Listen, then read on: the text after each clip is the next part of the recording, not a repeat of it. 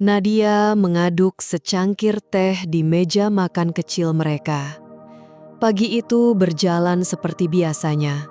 Raka tengah bersiap berangkat kerja. Ia mengenakan kemeja biru muda yang sudah disetrika rapi oleh Nadia semalam. Tak banyak percakapan di antara mereka.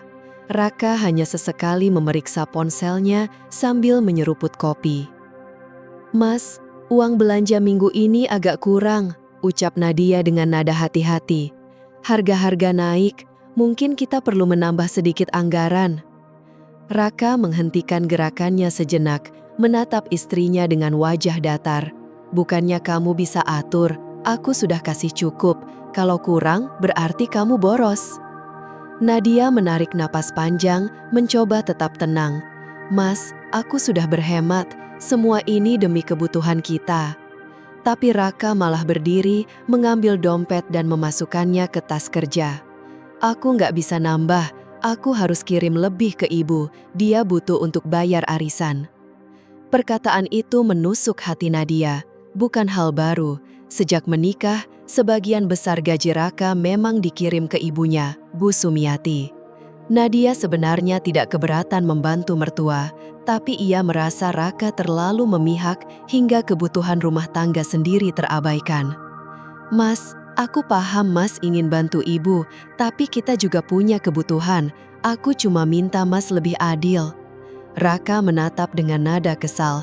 "Ibu itu lebih butuh daripada kita. Kalau ibu senang, kita juga senang."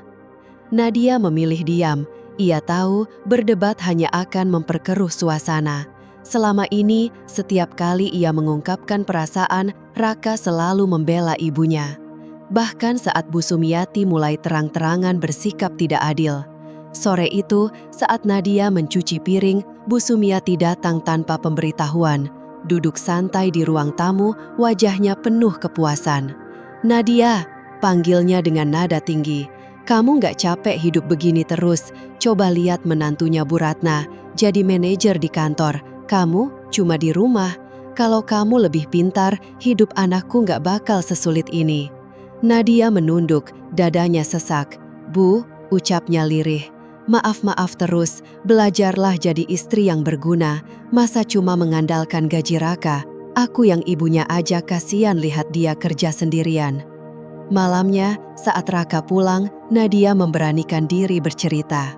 "Mas, tadi ibu bilang aku nggak berguna, katanya aku nggak bantu apa-apa." Raka melepas dasinya dengan wajah lelah. "Ibu mungkin cuma bercanda, kamu jangan terlalu dimasukin ke hati." "Tapi, aku merasa rendah di mata ibu, selalu dibandingkan."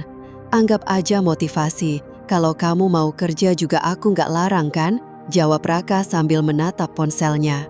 Ucapan itu terasa seperti tamparan. Raka tidak pernah benar-benar membela. Nadia hanya bisa menahan tangis yang mengenang. Malam itu, ia merenung lama. Ia mencintai Raka, tapi rumah tangga mereka terasa tidak adil. Semua keputusan selalu berpihak pada ibu mertua, sementara ia harus menanggung semuanya sendiri. Hari itu, keluarga besar berkumpul di rumah Bu Sumiati.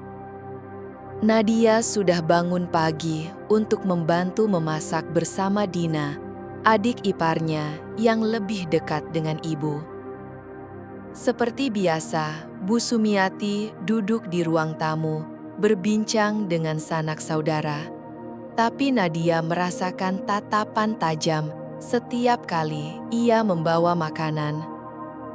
Lalu, di tengah obrolan keluarga, Bu Sumiati berkata, "Kemarin Dina cerita baru dapat promosi. Anak sekarang memang harus punya semangat, nggak cuma duduk di rumah." Semua tersenyum, tapi Nadia tahu sindiran itu untuknya. Ya, nggak semua bisa kayak Dina. Ada juga yang cuma bergantung sama suami, nggak punya keahlian. Bu Sumiati tertawa sambil menatap langsung ke arah Nadia. Panas menjalar ke tubuh Nadia. Ia mencoba tenang, tapi tak bisa menahan diri.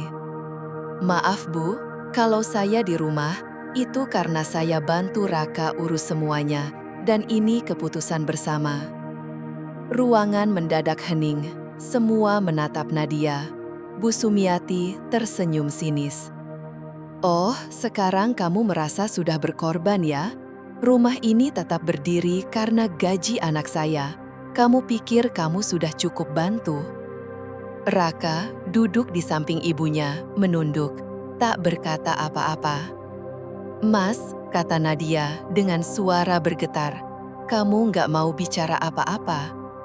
Raka menatapnya sebentar, lalu berkata dingin, "Udah Nad, jangan diperpanjang. Ibu cuma kasih masukan, kamu aja yang terlalu baper." Itu menjadi titik puncak bagi Nadia. Ia merasa tak lagi punya tempat. Setelah acara selesai, ia memilih pulang lebih dulu, tak sanggup mendengar sindiran terus-menerus. Malamnya, saat Raka pulang, mereka kembali berselisih. "Kenapa kamu pulang duluan?" tanya Raka dengan nada kesal. "Aku nggak tahan, Mas. Ibu terus menghina aku di depan orang banyak. Apa Mas nggak lihat? Itu cuma kata-kata, jangan dibesar-besarkan." Nadia berdiri, matanya menatap Raka dengan kecewa. "Mas nggak pernah membela aku. Aku ini istri Mas, tapi aku merasa seperti orang asing di rumah sendiri." Raka menarik napas dalam. "Kamu memang susah kompromi. Ibu begitu karena peduli. Kamu terlalu sensitif." Perkataan itu menghancurkan hati Nadia.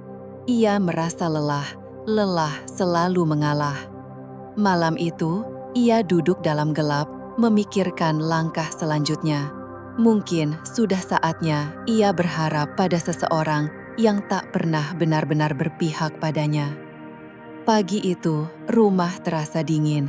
Nadia bangun lebih awal, menyiapkan sarapan seperti biasa, tapi tanpa semangat. Ia duduk menatap roti tawar yang tak disentuh. Raka keluar dari kamar mengenakan kemeja yang sama. Tanpa bicara, langsung duduk dan mengoleskan mentega ke roti. "Mas," panggil Nadia datar. Raka melirik sekilas, "Apalagi?" "Aku mau bilang sesuatu, dan aku harap Mas dengar baik-baik." Raka menghela napas panjang. "Apa sih Nad, aku nggak punya banyak waktu." Nadia menatapnya penuh luka. "Aku akan serahkan semua uang belanja ke ibu saja. Biar dia yang atur semuanya. Aku nggak mau ribut soal uang lagi." Raka terkejut. "Maksud kamu apa? Kamu serius?" "Aku serius. Kalau ibu lebih penting, kasih saja semuanya ke dia. Aku nggak akan minta apapun." "Jangan ngawur, Nat." Raka menepuk meja. Cangkir teh bergetar. "Selama ini emangnya ada solusi, Mas?" Suara Nadia meninggi. "Aku diam saat ibu menyindir aku. Aku sabar kamu lebih mementingkan dia. Tapi sekarang aku lelah. Kalau Mas nggak bisa adil, serahkan semuanya ke ibu." Raka bungkam, wajahnya bingung. Sikap tegas Nadia membuatnya cemas. Nadia berdiri, mengambil amplop dari lemari kecil, lalu menyerahkannya ke Raka. "Ambil ini, berikan ke ibu. Aku nggak akan menyentuhnya lagi." Raka terdiam. "Terus kamu mau makan dari mana? Mau hidup gimana?" "Aku akan cari jalan sendiri. Aku nggak akan bergantung lagi." Sejak hari itu, Nadia mulai melangkah untuk mandiri. Ia menyusun daftar pekerjaan yang bisa ia lamar. Meski sudah lama tak bekerja, ia yakin masih punya kemampuan. Sore harinya, Raka pulang lebih awal, membawa tas belanjaan. Suaranya sedikit melunak.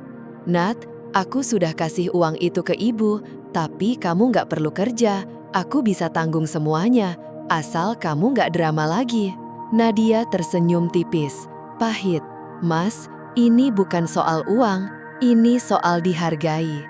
Selama ini, aku merasa nggak pernah jadi prioritas.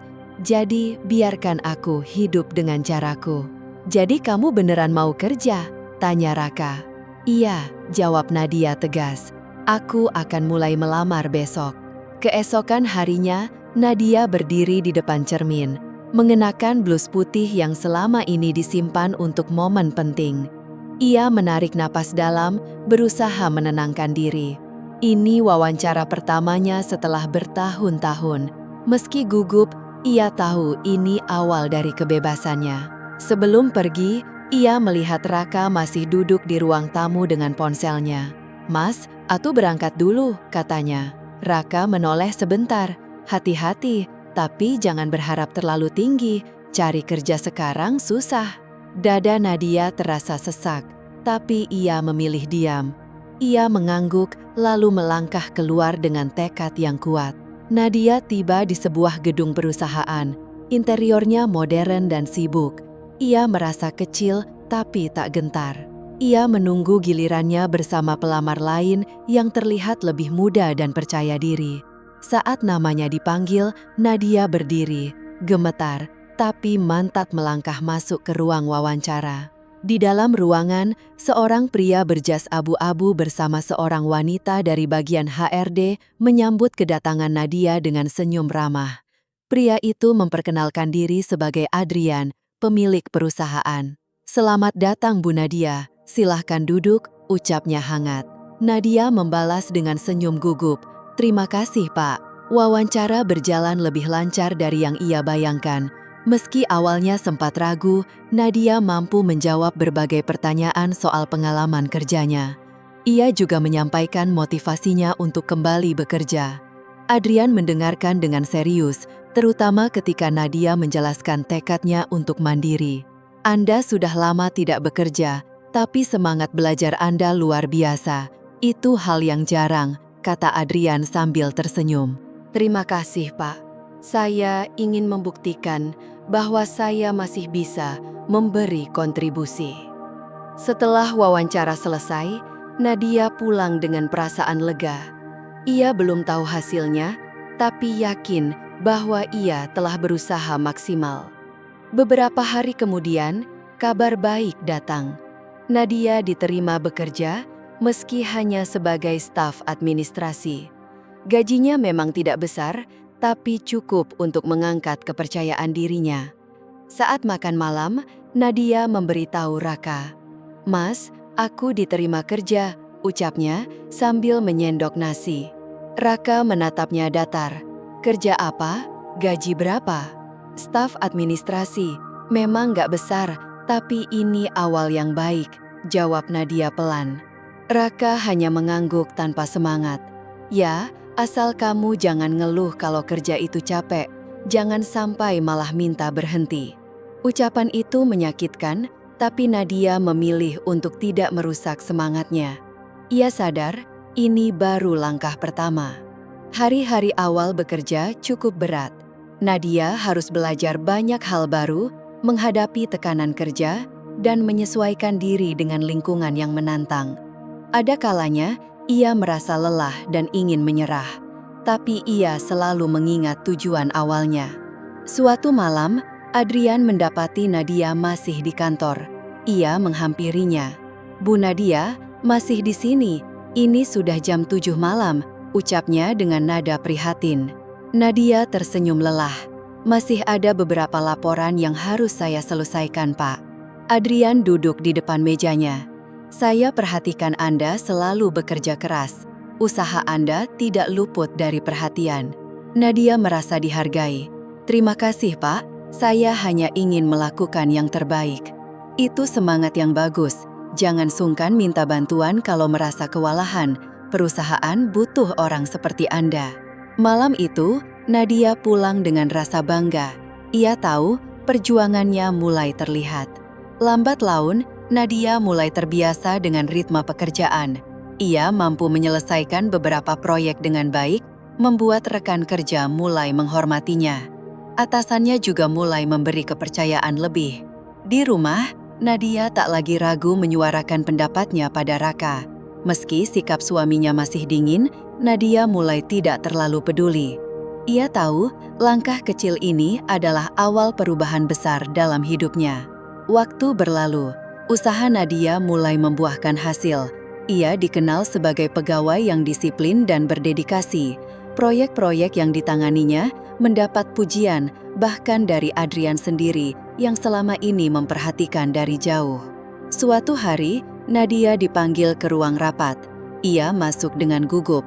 Di sana, Adrian dan beberapa pimpinan sudah menunggunya. "Silahkan duduk, Bu Nadia," kata Adrian dengan senyum ramah. "Terima kasih, Pak," balas Nadia, menyembunyikan rasa cemas. Adrian mulai berbicara. "Kami menghargai kerja keras Anda. Kontribusi Anda luar biasa. Karena itu, kami memutuskan untuk mempromosikan Anda menjadi koordinator tim administrasi." Nadia terkejut, hampir tak percaya. "Terima kasih banyak, Pak. Ini kehormatan besar bagi saya." Kami yakin Anda akan menjalankan tanggung jawab ini dengan baik. Teruslah tunjukkan semangat Anda. Perusahaan akan selalu mendukung Anda. Promosi ini menjadi tonggak penting dalam hidup Nadia. Gajinya naik, ia bisa memenuhi kebutuhannya sendiri. Ia bahkan membeli kendaraan sederhana, sesuatu yang dulu hanya menjadi impian. Namun, perubahan ini menimbulkan reaksi dari Raka. Suatu malam, ia melihat motor baru di rumah. "Beli motor baru ya?" tanyanya dengan nada sinis. "Iya Mas, hasil tabungan dari kerja," jawab Nadia tenang. Raka mengangguk dingin. "Hati-hati, jangan terlalu bangga, sukses itu nggak lama." Nadia hanya tersenyum. Ia tak ingin memperpanjang perdebatan. Baginya, kerja keras adalah bukti nyata keberhasilan. Sementara itu, hubungan profesional Nadia dan Adrian semakin dekat. Adrian sering memujinya di depan rekan kerja, membuat Nadia merasa dihargai. Suatu sore, setelah rapat penting, Adrian menghampirinya. "Bu Nadia, ada waktu sebentar, saya ingin bicara." "Tentu, Pak." Di ruangannya, Adrian berkata, "Saya ingin berterima kasih secara pribadi. Anda membawa energi positif ke perusahaan ini. Saya lihat Anda punya potensi besar." "Terima kasih banyak, Pak. Saya hanya ingin berbuat sebaik mungkin." Adrian menatapnya sejenak. "Kadang saya bertanya-tanya, bagaimana Anda tetap kuat menghadapi semua ini? Tidak semua orang punya semangat seperti Anda." Nadia terdiam sesaat. Ia ingin menjelaskan tentang luka dan perjuangan, tapi hanya berkata, "Mungkin karena saya tahu apa yang saya perjuangkan, Pak." Namun, keberhasilan Nadia mulai memicu kecemburuan dari Raka dan mertuanya. Suatu malam, saat makan, Raka meluapkan emosinya. "Kamu sekarang merasa hebat ya, punya uang sendiri, bisa beli ini itu." Nadia meletakkan sendok. "Mas, ini hasil kerja kerasku, kenapa jadi masalah?" "Karena kamu sudah lupa diri," balas Raka. "Sibuk kerja, lupa kewajiban di rumah. Uang gak bisa ganti semuanya." Nadia menatap Raka dalam, "Lupa kewajiban? Mas yang lupa. Aku istri yang selalu mengalah. Sekarang, aku cuma ingin hidup lebih baik. Mas pikir itu salah?" Raka terdiam, meski wajahnya menunjukkan ketidakterimaan. Hari-hari berikutnya, Nadia tetap fokus pada pekerjaannya. Meski konflik di rumah masih ada, ia semakin yakin bahwa kebahagiaannya tidak lagi bergantung pada suaminya. Akhir bulan, saat menerima gaji yang lebih besar, Nadia tersenyum lebar. Ini bukan semata soal uang, tapi bukti bahwa ia mampu mengubah hidupnya dengan usaha sendiri. Hubungan dengan Adrian juga semakin dekat. Setiap keberhasilan Nadia selalu diperhatikan Adrian. Ia bukan hanya melihat Nadia sebagai karyawan yang andal, tapi juga pribadi yang tulus dan kuat. Suatu siang, Nadia diundang makan bersama tim manajemen di restoran mewah. Awalnya canggung, tapi Adrian memastikan Nadia merasa nyaman. "Bu Nadia, semoga Anda tidak keberatan dengan undangan ini," kata Adrian. "Tentu tidak, Pak. Saya justru merasa terhormat." Obrolan berlangsung santai. Ketika ada yang bertanya soal latar belakangnya, Nadia menjawab dengan jujur tentang perjalanan hidupnya. "Anda benar-benar inspiratif, Bu Nadia," ucap salah satu manajer. Adrian menambahkan, "Itulah sebabnya saya sering bilang, Nadia adalah bukti nyata bahwa kerja keras dan ketulusan bisa membawa perubahan." Ucapan itu membuat Nadia tersipu. tapi juga merasa dihargai. Beberapa minggu kemudian, Adrian semakin sering menyapa Nadia. Kadang ia mampir ke meja Nadia, menanyakan proyek yang sedang dikerjakan, bahkan menawarkan bantuan. Suatu sore, saat kantor sudah sepi, Adrian melihat Nadia masih bekerja. "Masih kerja, Bu Nadia?" tanyanya. "Iya, Pak. Saya ingin pastikan semuanya rapi sebelum diserahkan besok." Adrian tersenyum. "Dedikasi Anda luar biasa, tapi jangan lupa, Anda juga perlu istirahat." "Terima kasih, Pak. Saya akan segera pulang." Namun sebelum pergi, Adrian berkata dengan nada serius, "Nadia, saya sangat menghargai Anda. Jika ada yang Anda butuhkan, secara profesional atau pribadi, jangan ragu untuk bicara." Nadia terdiam sejenak. Kata-kata itu terasa lebih dari sekadar perhatian atasan, tapi ia tidak ingin salah menafsirkan. Ia hanya menjawab sopan, "Terima kasih, Pak. Saya sangat menghargai perhatian Anda." Di rumah, Raka mulai merasakan perubahan. Setiap kali melihat unggahan Nadia bersama Adrian di acara kantor, ia merasa tidak tenang. Suatu malam, ketika Nadia pulang terlambat karena rapat, Raka langsung menegurnya. "Kamu sekarang sering pulang malam, gak ada waktu buat suami lagi?" Nadia menghela napas. "Mas, ini karena pekerjaan. Saya sudah bilang, saya punya tanggung jawab di kantor." "Pekerjaan atau bos kamu itu?" sergah Raka. Nadia menatapnya tajam. "Mas, kalau mau menuduh sesuatu, pastikan dulu benar, jangan asal bicara." Raka diam, tapi ekspresinya penuh curiga. Di kantor, perhatian Adrian pada Nadia makin terlihat. Nadia tetap menjaga agar hubungan mereka profesional, tapi ia tak bisa menyangkal bahwa Adrian adalah sosok yang membuatnya merasa dihargai. Suatu sore setelah jam kerja, Adrian mengajak Nadia untuk ngopi bersama.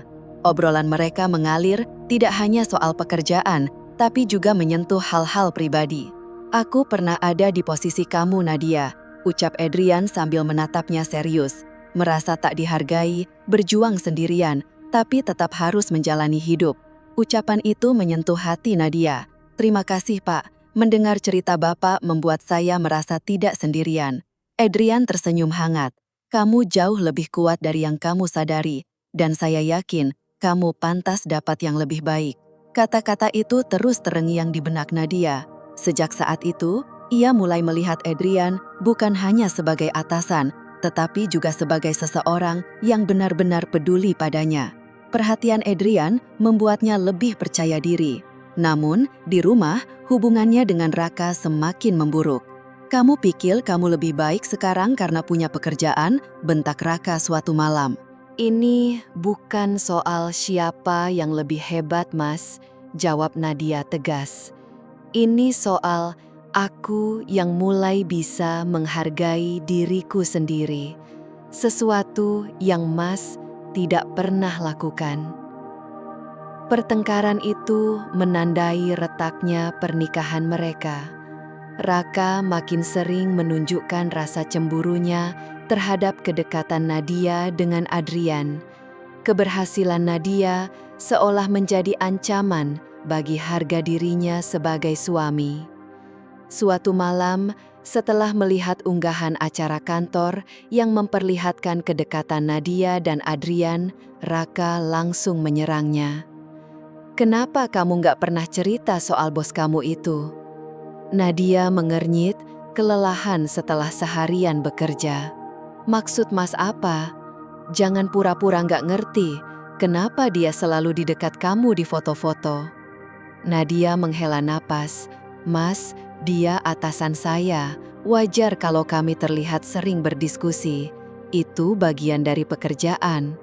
"Atau kamu sengaja dekati dia?" balas Raka dengan nada tinggi. Nadia menatapnya tegas. "Mas, kalau mau bicara, pakai akal sehat. Jangan asal tuduh. Saya kerja keras untuk keluarga ini, sementara Mas malah sibuk mencurigai. Jadi, sekarang aku yang salah. Kamu pikir aku nggak tahu apa yang kamu rencanakan?" "Cukup," seru Nadia, membentak untuk pertama kalinya. "Kalau Mas sudah nggak percaya lagi, kenapa kita masih bersama? Saya lelah menghadapi tuduhan tanpa dasar." Raka membanting pintu kamar. Nadia duduk terdiam di ruang tamu, merasa hancur. Tapi, di balik rasa sakit itu, ia sadar hubungan ini sudah tidak sehat lagi. Di kantor, Adrian melihat perubahan sikap Nadia. Ia tampak lebih pendiam dan sering melamun. Suatu siang, Adrian memanggil Nadia ke ruangannya. "Bu Nadia, Anda terlihat berbeda. Ada yang mengganggu?" Awalnya Nadia ragu, tapi ketulusan Adrian membuatnya merasa nyaman. "Sebenarnya ini masalah pribadi, Pak. Maaf kalau saya jadi kurang fokus." "Tidak perlu minta maaf," sahut Adrian. "Kalau Anda butuh teman bicara, saya di sini." Ucapan itu terasa seperti angin segar bagi Nadia. Meski tidak menceritakan semuanya, kehadiran Adrian memberikan kekuatan baru. Namun, Raka semakin curiga.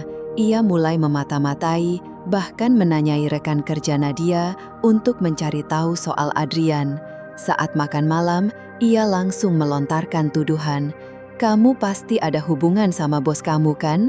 Nadia meletakkan garpu, menatapnya dingin. "Mas, kalau nggak bisa menghargai saya sebagai istri, setidaknya hargai saya sebagai manusia. Jangan asal menuduh. Jadi, kamu nggak mau ngaku. Aku sudah cukup sabar, Mas. Kalau terus begini, aku nggak tahu apa pernikahan ini masih bisa dipertahankan." Raka terdiam, tak menyangka Nadia akan bicara seberani itu. Hubungan mereka semakin renggang. Raka merasa kehilangan kendali, sementara Nadia merasa tak ada lagi alasan untuk bertahan. Adrian pun makin dekat dengan Nadia, walau tetap menjaga batas profesional. Suatu sore setelah presentasi, Adrian menghampiri Nadia. "Saya makin kagum dengan dedikasi Anda. Anda aset penting di perusahaan ini." Terima kasih, Pak. Saya hanya berusaha maksimal. Adrian lalu berkata, "Saya tahu ini mungkin terlalu pribadi, tapi kalau ada hal yang Anda butuhkan, saya ingin Anda tahu, Anda tidak sendirian." Nadia tersentuh. Ia merasa dihargai, sesuatu yang tak pernah ia rasakan dari Raka. Di rumah, konflik mencapai puncaknya. "Kamu nggak perlu sembunyi lagi. Aku tahu kamu selingkuh sama bos kamu," teriak Raka. Nadia, yang biasanya menghindari konflik, kini tak bisa menahan diri. "Mas, aku sudah muak. Kalau kamu nggak percaya lagi, buat apa kita lanjut? Mas sendiri yang berubah. Mas nggak terima aku maju." Raka berusaha menyalahkan, tapi Nadia tak goyah. "Mas, aku sadar, aku layak dapat hidup yang lebih baik. Kalau Mas nggak bisa terima, mungkin memang kita nggak cocok lagi." Malam itu, Nadia membuat keputusan besar. Ia tidak mau lagi hidup dalam bayang-bayang ketidakadilan.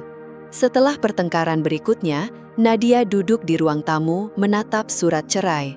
Tangannya gemetar, tapi hatinya bulat. Raka masuk, wajahnya marah. "Jadi ini yang kamu mau? Tinggalin aku demi bos kamu?" Nadia menatapnya dengan tenang. "Bukan soal dia, Mas. Ini soal aku yang sudah terlalu lama bertahan dalam ketidakadilan. Aku ingin hidup yang bebas, yang menghargai aku." Nadia menjawab, "Kebahagiaan saya tidak bergantung pada penyesalan lagi. Saya memilih maju." Perceraian berjalan cepat. Raka sempat berusaha mempertahankan, tapi semua sudah terlambat. Nadia tidak lagi terikat oleh perasaan lama. Ia pindah ke apartemen kecil yang nyaman.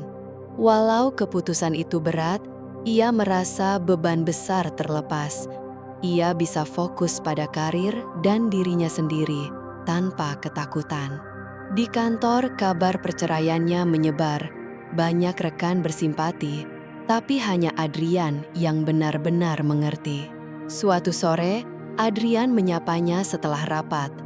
"Nadia, saya salut atas keberanian Anda. Saya tahu ini bukan keputusan yang mudah." Nadia tersenyum tipis. "Tidak mudah, Pak, tapi ini yang terbaik." Adrian mendekat, menatapnya. Kadang kita harus melepas untuk menemukan kebahagiaan yang lebih besar. Kata-kata itu menyentuh hati Nadia. Tanpa sadar, ia mulai merasa ada yang lebih dari sekedar hubungan profesional. Sementara itu, Raka belum bisa menerima kenyataan. Hidupnya terasa kosong meski masih tinggal bersama ibunya, Bu Sumiati.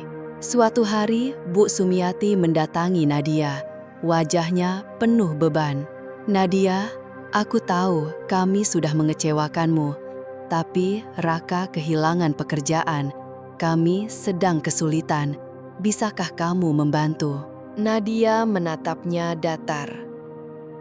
"Bu, saya sudah beri banyak kesempatan, tapi saya nggak bisa terus bantu orang yang nggak pernah menghargai saya." Bu Sumiati tertunduk.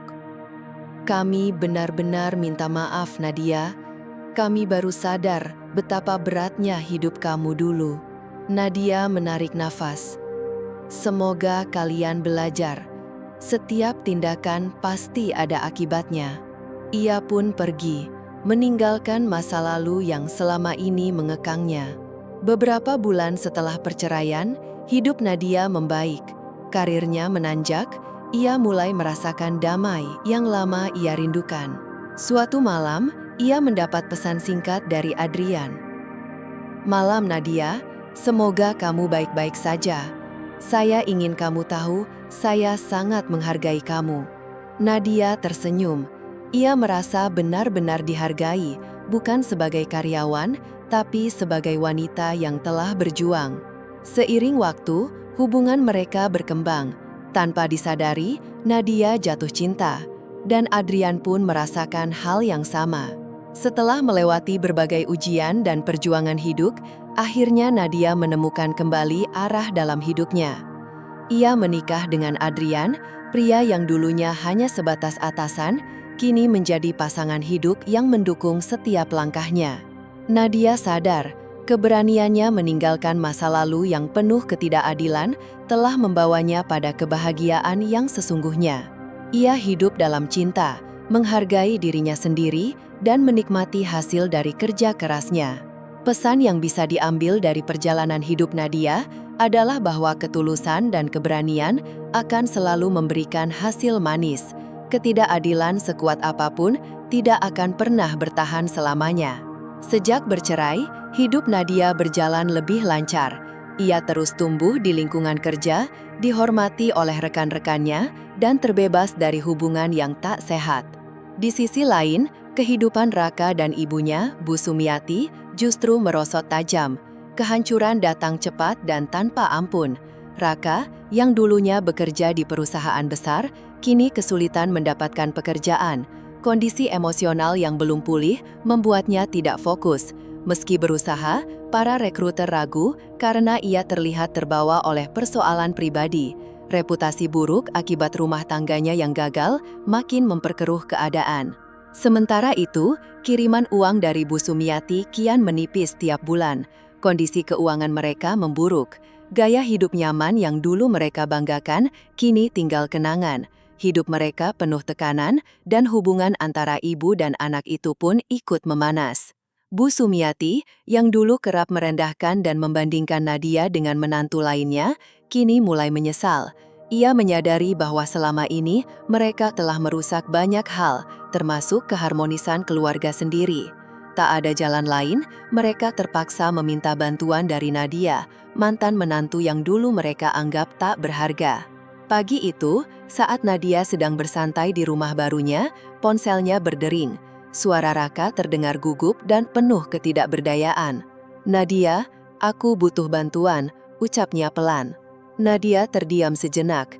Ia mencoba tetap tenang meski hatinya campur aduk. "Bantuan apa, Mas?" tanyanya datar. "Aku kehilangan pekerjaan. Kami benar-benar kesulitan. Aku nggak tahu harus kemana lagi. Tolong bantu aku." Suara Raka terdengar lirih. Nadia menarik napas panjang. Kemarahan lama yang ia pendam mulai terasa kembali. Di kejauhan, suara Bu Sumiati terdengar, mencoba memohon agar Nadia membantu. Aku tahu kalian sedang kesulitan, tapi ini bukan salahku, jawab Nadia tegas. Kalian harus berani menanggung akibat dari apa yang sudah kalian lakukan. Semua perlakuan tidak adil itu kini berbalik ke kalian. Raka terdiam, tak menyangka jawaban itu begitu dingin. Ia mencoba sekali lagi, kali ini dengan nada penuh penyesalan. Nadia, aku minta maaf. Aku tahu aku banyak salah. Tapi bisakah kamu bantu? Sedikit saja. Kami benar-benar nggak tahu harus bagaimana. Dengan tenang namun tegas, Nadia menjawab, "Mas, saya sudah memberikan segalanya. Tapi kalian terus merendahkan saya. Sekarang saya tidak bisa lagi. Kalau kalian ingin berubah, mulailah dari diri sendiri. Saya sudah memilih jalan saya, dan saya tidak akan kembali ke masa lalu." Percakapan itu berakhir.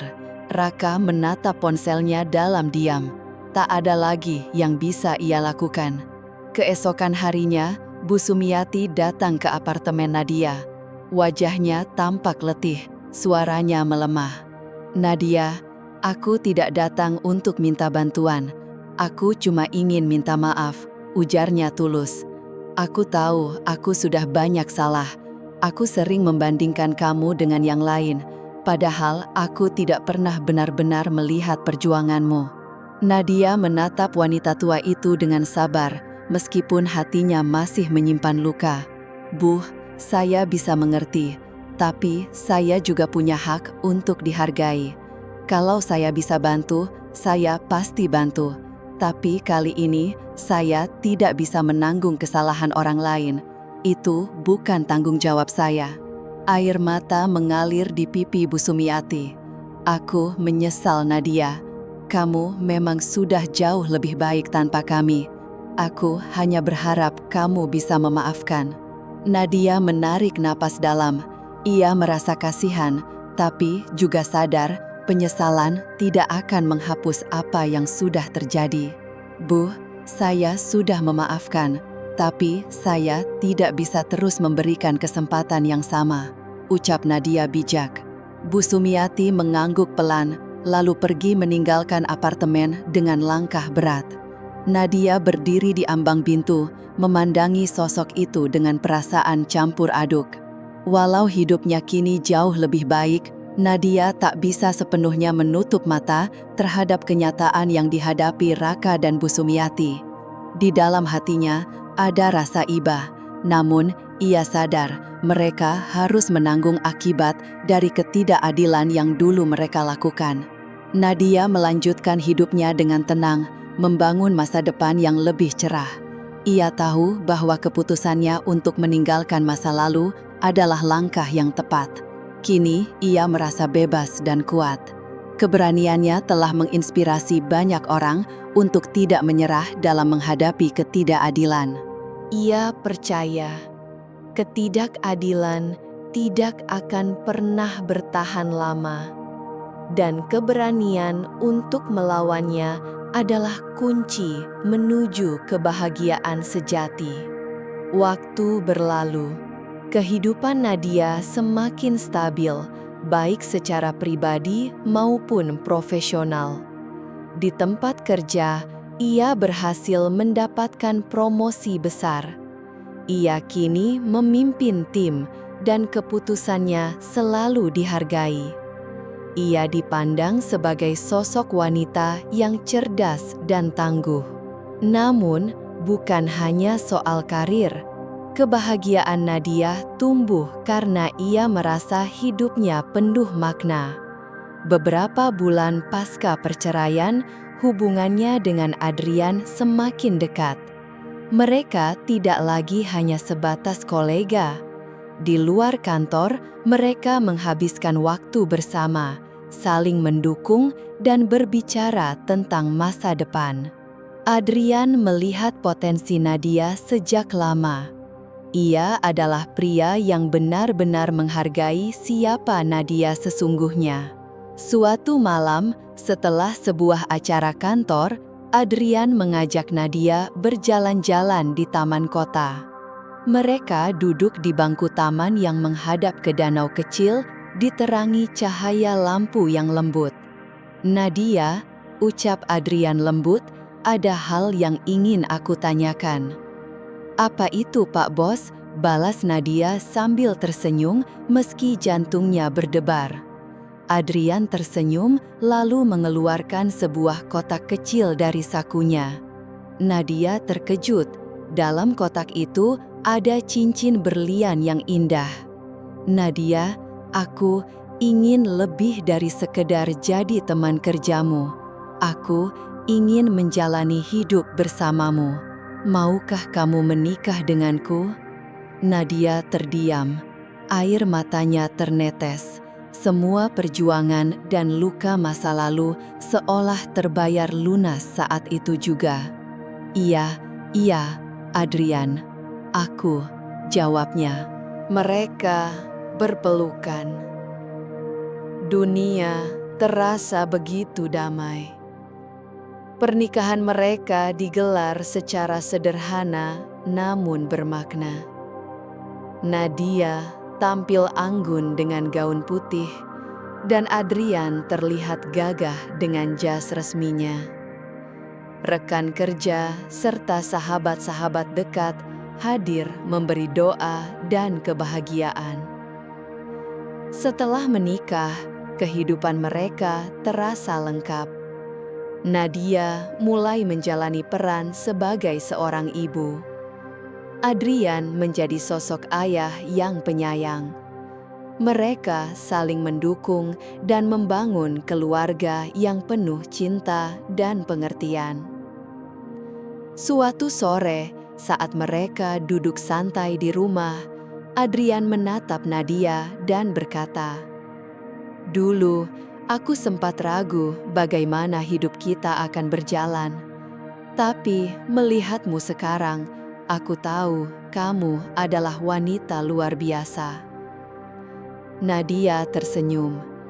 "Aku hanya melakukan yang seharusnya. Hidup memang penuh tantangan, tapi kita harus terus berjalan." "Aku bangga kamu memilihku," balas Adrian sambil menggenggam tangannya. Mereka tersenyum. Kini mereka hidup dalam damai dan cinta, jauh dari ketidakadilan masa lalu. Nadia akhirnya menemukan kedamaian sejati. Keberaniannya melawan ketidakadilan telah membawanya pada kebahagiaan yang ia impikan. Pesan dari kisah hidupnya jelas, setiap perjuangan pasti ada hasilnya. Ketidakadilan tidak akan pernah bertahan selamanya. Kita semua punya kekuatan untuk mengubah jalan hidup kita.